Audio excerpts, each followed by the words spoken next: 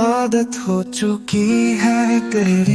ख्याति को अपने सामने देखकर सरवोज का दिल जोर जोर से धड़कने लगा। हालांकि उसके एक्सप्रेशन जरा भी चेंज नहीं हुए। उसने ख्याति के फेस की तरफ देखा जिस पर भर भर कर नफरत नजर आ रही थी। बिना कपड़ों के खड़े होने की वजह से उसका फेस शर्म और गुस्से से लाल हो रहा था। सरवोज ने गौर से उसकी आंखों को देखा। उसकी पलकें आंसुओं से भीगी हुई थी। सरवोज की नजरें ख्याति खुद पर फील कर सकती थी। वो चीख चीख कर रोना चाहती थी और पास्ट में जाकर अपनी लाइफ से उस मोमेंट को डिलीट करना चाहती थी जब वो सड़क पर सरवोज से टकरा गई थी। उसे नहीं पता था कि हैंडसम सा दिखने वाला ये शख्स किसी मॉन्स्टर से कम नहीं है। अगर उसे ये सब करना ही है तो कम से कम इस तरह से ह्यूमिलेट तो ना करे। लाइट ऑन करके उसे बिना कपड़ों के खड़े रखने का क्या मतलब है? क्या वो सिर्फ उसे मेंटली टॉर्चर करना चाहता है? सरवोज अपनी जगह से उठकर खड़ा हो गया और उसने अपनी शर्ट के एक एक बटन को खोलते हुए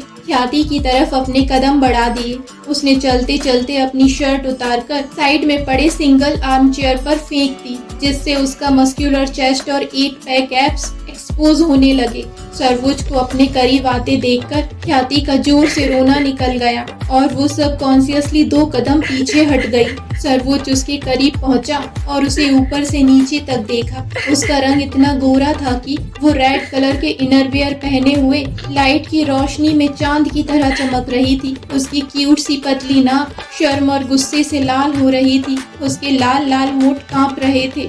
सरवोज की नजरें फिसलती हुई ख्याति की गर्दन से नीचे की तरफ आ गईं। तभी पसीने की एक बूंद लुढ़ककर ख्याति की गर्दन से होते हुए उसके सीने में समा गई। ये देखकर सरवोज का गला सूखने लगा और उसने सबकॉन्शियसली अपना थूक निगल लिया। सरवोज के करीब आने से ख्याति की सांसें इतनी तेज चल रही थी कि सरवोज उसके सीने का चढ़ना उतरना साफ साफ देख सकता था। जब सरवोज की नजरें उसकी गोरी गोरी सी पतली कमर पर गईं तो सरवोज की पलकें झपकना भूल गईं। ख्याति ने अपने बैली बटन पर पियर्सिंग कराकर एक डायमंड स्टोन पहन रखा था जो लाइट के रिफ्लेक्शन में झिलमिला रहा था। उस डायमंड को देखकर सरवोज की आंखें शरारत से चमक उठी। हालांकि उसने ख्याति के सामने कुछ भी जाहिर नहीं किया। सरवोज के करीब आने से ख्याति की घबराहट बढ़ती ही जा रही थी, लेकिन वो जानती थी कि वो यहाँ से भाग नहीं सकती। इसलिए उसने एक बार और कोशिश की और रिक्वेस्ट करते हुए बोली, प्लीज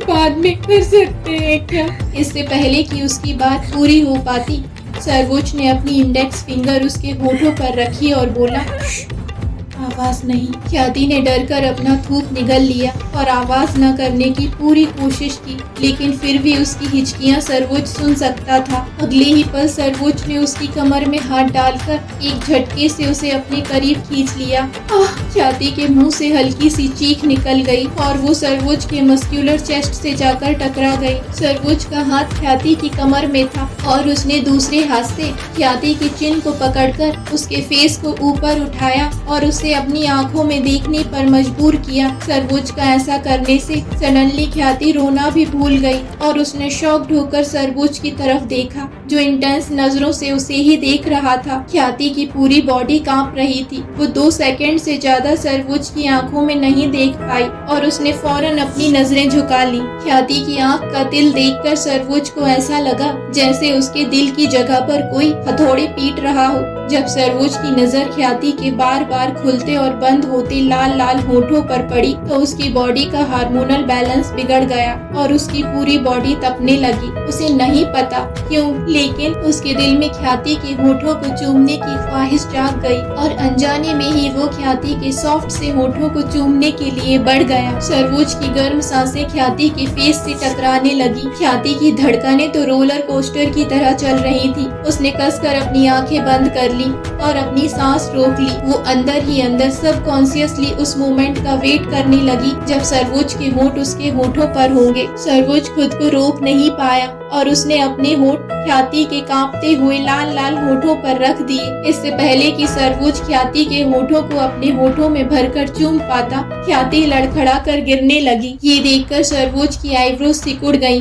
अगले ही पल ख्याति बेहोश होकर उसकी बाहों में झूल गई। सरवोज बुरी तरह फ्रस्ट्रेट हो गया और गुस्से से चीखा, व्हाट द हेल? क्या बेहोश होना इसकी हॉबी है?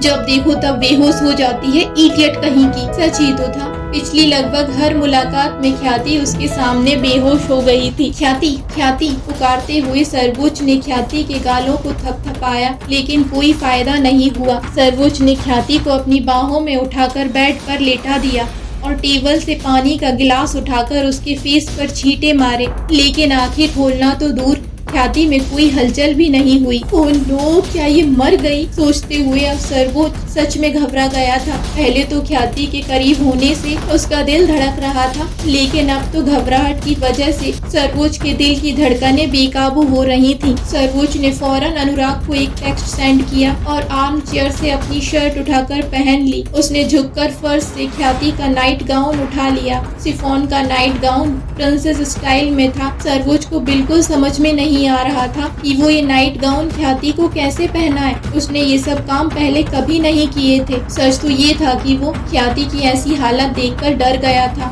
उसे लगा कहीं ख्याति मर ही न जाए, इसलिए घबराहट की वजह से उसे कुछ समझ में नहीं आ रहा था। उसके दिमाग ने काम करना बंद कर दिया था। उसने कभी नहीं सोचा था कि ये इडियट लड़की उसके कुछ करने से पहले ही इतनी बुरी तरह डर जाएगी। सर्वोच्च ने जैसे तैसे नाइट गाउन को उलट पलट कर देखा और ख्याति के पास आकर उसे नाइट गाउन पहना दिया। फिर उसे अपनी बाहों में लेकर एलिवेटर से नीचे आ गया। इस वक्त मेंशन के ज्यादातर सर्वेंट कॉटेज में जा चुके थे। कुछ बॉडीगार्ड और वॉचमैन के अलावा मेंशन में रात को कोई नहीं रहता था। जल्दी ही अनुराग ने आकर ख्याति का चेकअप किया और उसे एक इंजेक्शन दे दिया। सर्वोच्च बगल में खड़ा होकर ख्याति की तरफ देख रहा था। उसने अनुराग से पूछा, इसके सारे टेस्ट तो नॉर्मल थे, फिर ये बार बार बेहोश क्यों हो जाती है? अनुराग ने यूज्ड सिरिंज को डस्टबिन में डालते हुए कहा, उसे कोई बीमारी नहीं है, बस वो स्ट्रेस बर्दाश्त नहीं कर पाती। स्ट्रेस लेवल बढ़ते ही उसका दम घुटने लगता है और वो बेहोश हो जाती है।